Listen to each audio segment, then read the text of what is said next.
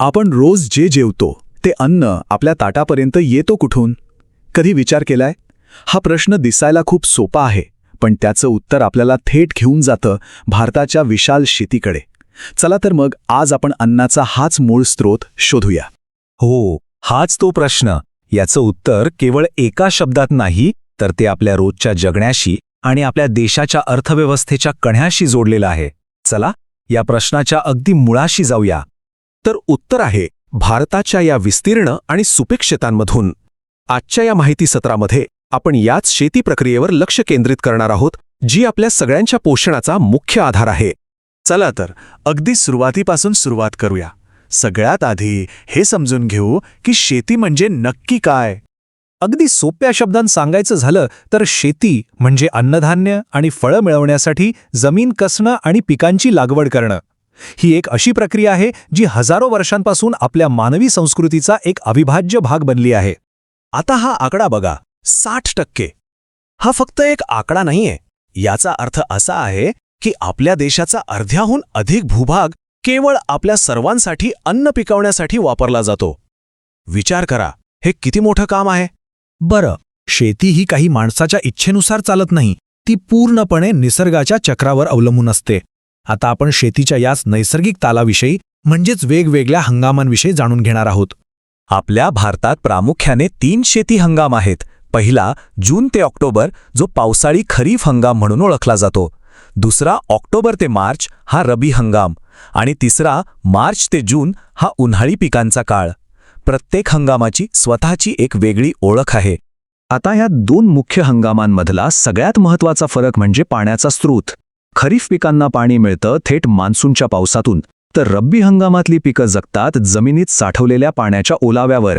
आणि याचमुळे हे दोन्ही हंगाम एकमेकांपेक्षा खूप वेगळे आहेत.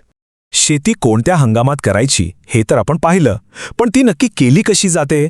आता शेतकऱ्याच्या कामाचे जे वेगवेगळे टप्पे आहेत त्यावर एक नजर टाकूया. कोणत्याही यशस्वी शेतीसाठी या 3 गोष्टी अगदी पायाभूत आहेत. एक म्हणजे सुपीक जमीन, दुसरं म्हणजे उत्तम दर्जाचं बियाणं आणि तिसरं म्हणजे पाण्याची खात्रीशीर सोय. यातली एकही गोष्ट कमी पडली तर त्याचा थेट परिणाम पिकावर होतो. पिकाचा हा संपूर्ण प्रवास कसा असतो ते पाहूया. सुरुवात होते नांगरणीने, म्हणजे जमीन तयार करण्यापासून. मग होते पेरणी. पीक जसजसं वाढतं तसतसं त्याचं संरक्षण केलं जातं. आणि पीक तयार झालं की त्याची कापणी होते. शेवटी ते धान्य सुरक्षितपणे साठवलं जातं. हे एक संपूर्ण जीवनचक्र आहे. आजकाल तर सगळं तंत्रज्ञानाने सोपं झालंय, पण पूर्वीच्या काळी ही सगळी कामं कशी केली जात होती? चला इतिहासात एक डोकावून पाहूया. पूर्वीच्या काळात शेती म्हणजे प्रचंड शारीरिक कष्ट. तेव्हा शेतकरी आणि त्यांची बैलजोडी हेच शेतीचे मुख्य आधारस्तंभ होते. सगळं काही त्यांच्याच मेहनतीवर अवलंबून असायचं. हे चित्र बघा, हे नेमकं तेच दाखवतंय. जमिनीची मशागत करण्यासाठी बैलांच्या ताकदीचा वापर करून अशी नांगरणी केली जायची. हे अत्यंत महत्त्वाचं आणि तितकंच कष्टाचं काम होतं, जे पिकाच्या भविष्याचा पाया रचायचं.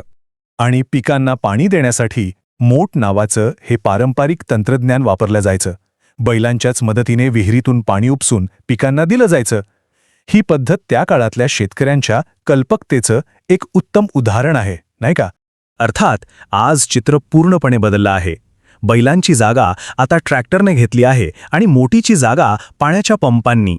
तंत्रज्ञानामुळं शेतीतले कष्ट खूप कमी झाले आहेत आणि वेग प्रचंड वाढला आहे. तंत्रज्ञान कितीही बदललं तरी काही गोष्टी अशा आहेत ज्या कधीच बदलत नाहीत. या विश्लेषणाच्या शेवटी आपण शेतीच्या याच कायमस्वरूपी महत्त्वावर लक्ष केंद्रित करूया. थोडक्यात सांगायचं तर जमिनीची तयारी करण्यापासून ते धान्य आपल्या घरात येईपर्यंतचं हे जे चक्र आहे ना, हाच आपल्या अन्नपुरवठ्याचा खरा पाया आहे. या चक्राशिवाय आपल्या ताटात अन्न पोहोचणंच शक्य नाही. आणि जाता जाता एक प्रश्न. तंत्रज्ञान शेतीला कितीही आधुनिक बनवो, पण काही मूलभूत गोष्टी आहेत, जसे की सुपीक जमीन, पाणी आणि शेतकऱ्याचे कष्ट, यांचं महत्त्व कधीही कमी होईल का? यावर नक्की विचार करा. नमस्कार. आज आपण पाहणार आहोत की शेतीत काही साधे पण जबरदस्त बदल कसे होत आहेत. असे बदल जे खरं तर शेतीचं चित्रच बदलून टाकत आहेत. आणि मग सगळ्यात मोठा प्रश्न येतो की शेतीमधून जास्त उत्पन्न मिळवायचं तरी कसं? चला, आजच्या या विश्लेषणात याच प्रश्नाचं उत्तर शोधूया. ठीक आहे, तर सुरुवात कुठून करायची? अहो, कुठल्याही चांगल्या पिकाचा पाया असतो ते म्हणजे चांगलं बियाणं. म्हणून आपला पहिला मुद्दा आहे सुधारित बियाणे. आता बघा, पूर्वी काय व्हायचं? पारंपरिक पद्धतीत मागच्या हंगामातलं पीकच बियाणं म्हणून जपलं जायचं. पण त्यात एक मोठी अडचण होती. उत्पन्न कमी आणि पिकाला किडीचा धोका तर कायमच. यावर उपाय म्हणून संशोधकांनी काय केलं? त्यांनी तयार केली सुधारित बियाणी.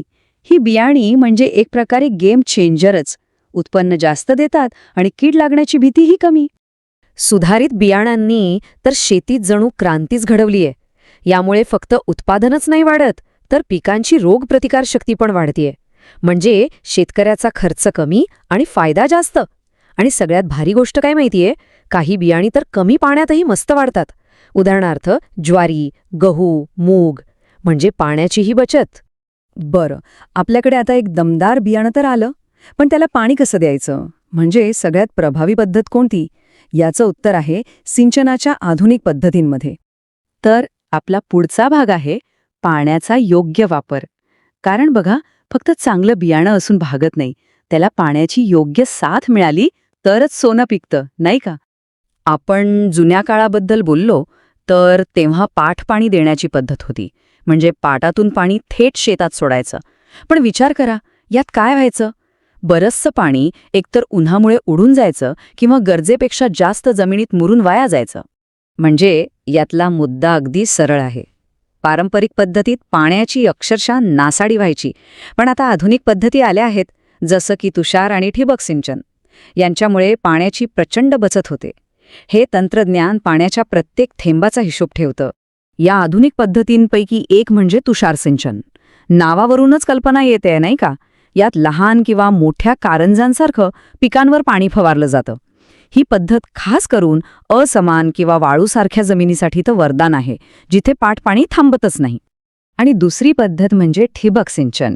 ही तर पाणी वाचवण्यात एकदम बेस्ट मानली जाते.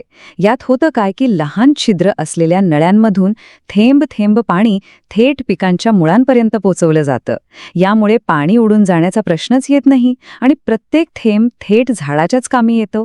फळबागांसाठी तर ही पद्धत खूपच फायदेशीर आहे. चला, आता आपल्या तिसऱ्या आणि शेवटच्या टप्प्याकडे जाऊयात. आपल्याकडे चांगलं बियाणं आहे, पाणी देण्याची उत्तम सोय आहे, पण यासोबतच जमिनीला योग्य पोषण मिळणंही तितकंच गरजेचं आहे.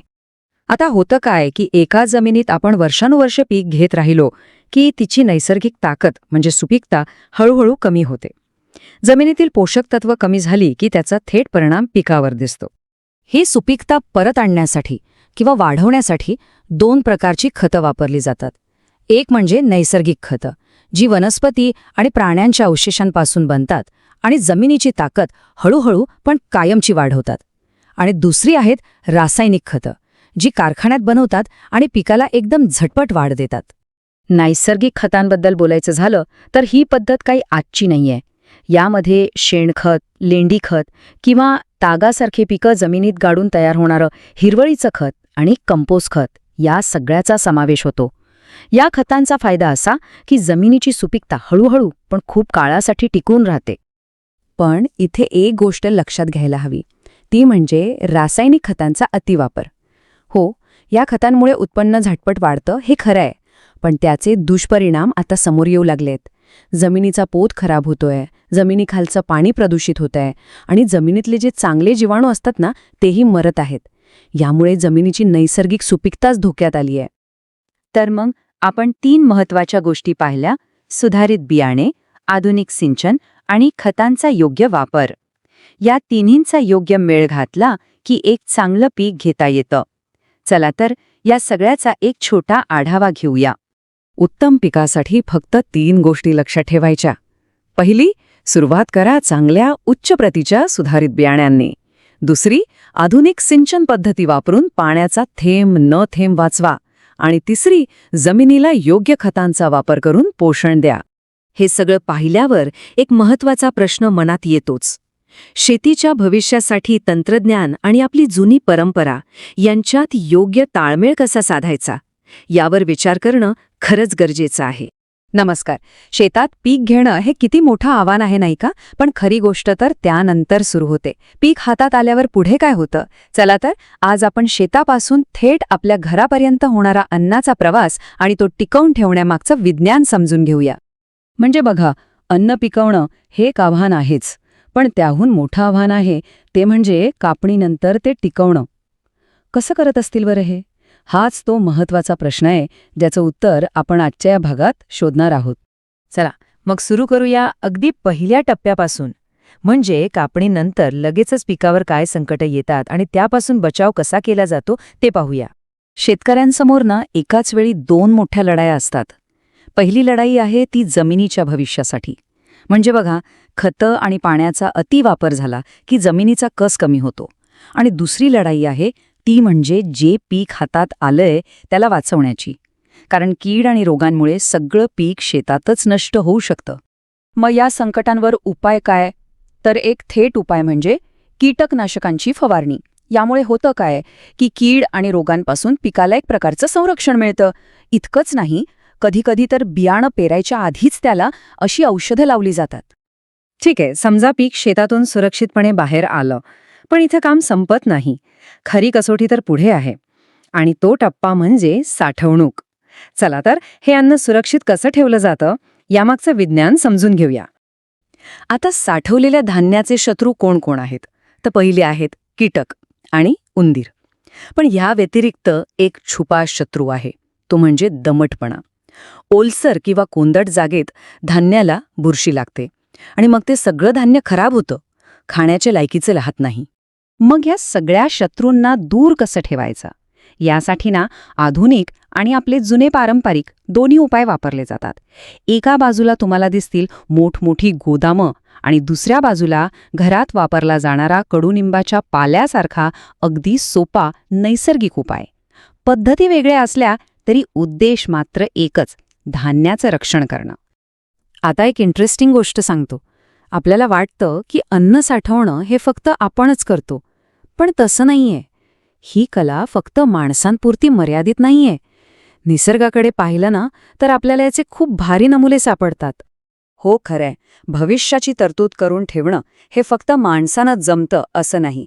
निसर्गातले कित्येक जीव हजारो वर्षांपासून हे करत आलेत. ही एक प्रकारे जगण्यासाठीची नैसर्गिक प्रेरणाच आहे. उदाहरणं बघायची झाली तर मुंग्या जमिनीखाली अन्न साठवतात. मधमाशा फुलांतला रस गोळा करून त्याचा मध बनवतात आणि तो साठवून ठेवतात. खारुताई तर बिया जमिनीत पुरून ठेवते, नंतर खाण्यासाठी. आणि गंमत म्हणजे अगदी वनस्पतीसुद्धा हे करतात. बटाटा, गाजर, कांदा हे काय आहे? तर ह्या वनस्पतींनी त्यांच्या मुळांमध्ये साठवून ठेवलेलं अन्नच आहे. बरं, हे झालं निसर्गातल्या साठवणुकीचं.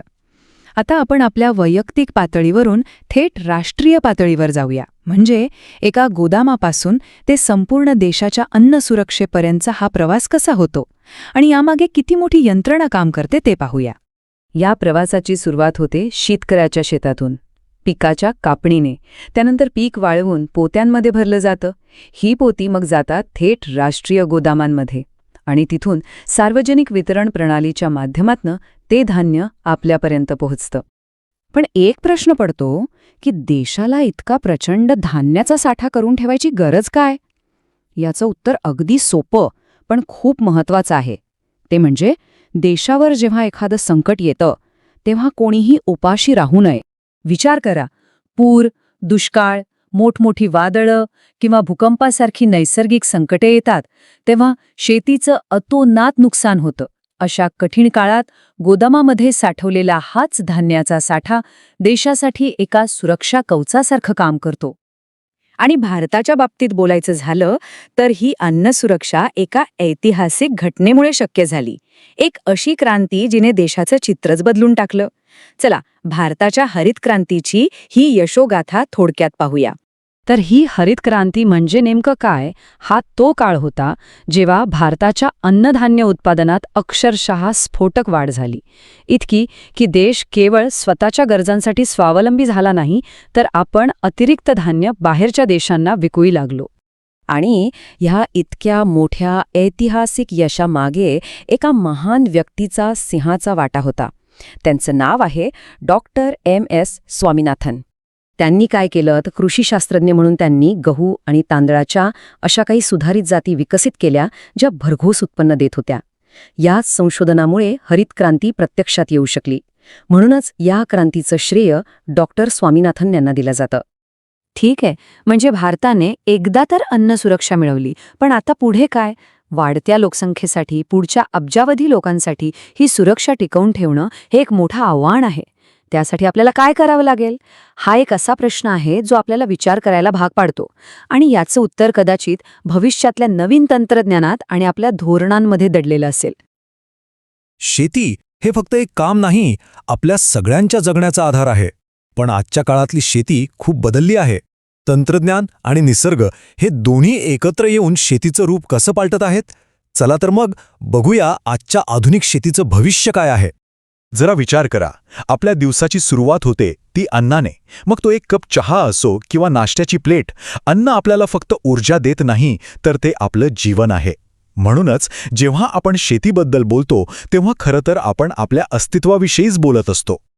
तर शेती इतकी महत्वाची का? कारण ती आपल्याला अन्न देते. पण विचार करण्यासारखी गोष्ट ही आहे की प्रत्येकाला पुरेशा प्रमाणात पौष्टिक अन्न मिळतं का? आणि याच प्रश्नाचं उत्तर आहे अन्न सुरक्षा.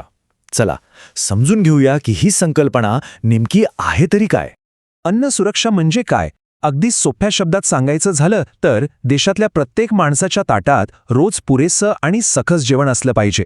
याचा उद्देश फक्त भूक भागवणं नाहीये, तर कुपोषणावर मात करणं आहे, जेणेकरून प्रत्येकजण एक चांगलं निरोगी आयुष्य जगू शकेल.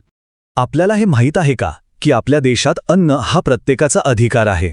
हो, 2013 साली भारताने एक खूप महत्त्वाचा कायदा आणला. या कायद्यामुळे करोडो लोकांना अगदी स्वस्त दरात धान्य मिळण्याची हमी मिळाली. हा फक्त एक कायदा नाहीये, तर भुकेविरुद्धच्या लढाईतलं एक मोठं पाऊल आहे. अन्नसुरक्षा महत्त्वाची आहे हे तर खरं, पण ती प्रत्यक्षात आणतो कोण? आपला शेतकरी. पण एवढ्या मोठ्या लोकसंख्येची भूक भागवणं सोपं काम आहे का? अजिबात नाही. मग आजच्या शेतकऱ्याला मदत कोण करतंय? कोणती नवी साधनं त्याच्या मदतीला आली आहेत? चला बघूया. आजचा शेतकरी एकटा नाहीये. त्याच्या पाठीशी आज तंत्रज्ञानाची एक मोठी ताकद उभी आहे. ड्रोनपासून ते स्मार्ट पाणी व्यवस्थापनापर्यंत अशा अनेक गोष्टी आहेत ज्या शेतीला सोपं आणि जास्त फायदेशीर बनवण्यासाठी मदत करत आहेत. कल्पना करा, एका शेतकऱ्याला पेरणी आधीच कळतंय की पाऊस कधी येणार आहे. त्याला असं बियाणं मिळतंय जे कमी पाण्यातही भरघोस पीक देतं, आणि ड्रोन वापरून तो एकाच वेळी पूर्ण शेतावर फवारणी करू शकतो. हे काही स्वप्न नाही, हे आजचं वास्तव आहे. हीच तर आहे आधुनिक शेतीची ताकद. पण हे सगळं ज्ञान शेतकऱ्यांपर्यंत पोहोचतं कसं? फक्त व्हॉट्सॲप फॉरवर्ड्सने नाही. यासाठी सरकार आणि अनेक संस्था खूप मेहनत घेतात. गावागावात कृषी केंद्र आहेत जिथे तज्ज्ञ सल्ला देतात. रेडिओ, टीव्हीवर खास कार्यक्रम चालतात. वर्तमानपत्रांमध्ये सुद्धा शेतीसाठी विशेष पानं असतात. म्हणजे ज्ञानाचा हा प्रवाह सतत सुरू असतो. तंत्रज्ञान तर चांगलंच आहे, पण या धावपळीत आपण निसर्गापासून दूर तर नाही ना चाललो? रासायनिक खतांच्या अतिवापराने जमीन नापीक होत चालली आहे का? याच प्रश्नांमधून एक नवीन विचार पुढे आला, तो म्हणजे निसर्गाकडे परत चला. आणि याच विचारातून जन्म झाला सेंद्रिय शेतीचा. सेंद्रिय शेती म्हणजे नेमकं काय? अहो, ही फक्त शेती करण्याची पद्धत नाही, तर निसर्गासोबत मैत्री करण्यासारखं आहे. इथे जमिनीला आई मानलं जातं आणि तिला रासायनिक खतांचं विष देण्याऐवजी गांडूळ खत आणि शेणखतासारखं नैसर्गिक अन्न दिलं जातं. ही अशी शेती आहे जी आजसोबतच पुढच्या पिढ्यांचाही विचार करते. या दोन्ही पद्धतींमध्ये जमीन अस्मानाचा फरक आहे. बघा, रासायनिक शेती म्हणजे तात्पुरता फायदा, पण भविष्यात जमिनीचं मोठं नुकसान. म्हणजे आज जास्त उत्पादन मिळवण्यासाठी आपण जमिनीचं आरोग्यच पणाला लावतोय. या उलट सेंद्रिय शेती जमिनीचं आरोग्य जपते, जेणेकरून ती आपल्याला वर्षानुवर्ष भरभरून देत राहील. सेंद्रिय शेतीचा सगळा खजिना निसर्गातच लपलेला आहे. शेतकऱ्याचा मित्र असलेल्या गांडुळाने बनवलेलं खत, जनावरांचं शेण, इतकंच काय तर मासळी आणि हाडांचा चुरासुद्धा. निसर्गात कोणतीच गोष्ट वाया जात नाही, प्रत्येकाचा खत म्हणून पुन्हा वापर होतो. हीच तर आहे निसर्गाची किमया.